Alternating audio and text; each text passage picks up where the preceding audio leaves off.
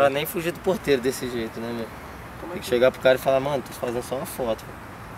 Como é que foge do porteiro desse jeito? Dias, mano, Aí ele vai ter que fazer uma de primeira. Como é que vai fugir do porteiro com tantas coisas, né, meu? Mano, é assim mesmo, pô, a gente só quer tirar a foto aqui, fazer uma imagem e tal. Não é pra nós, não.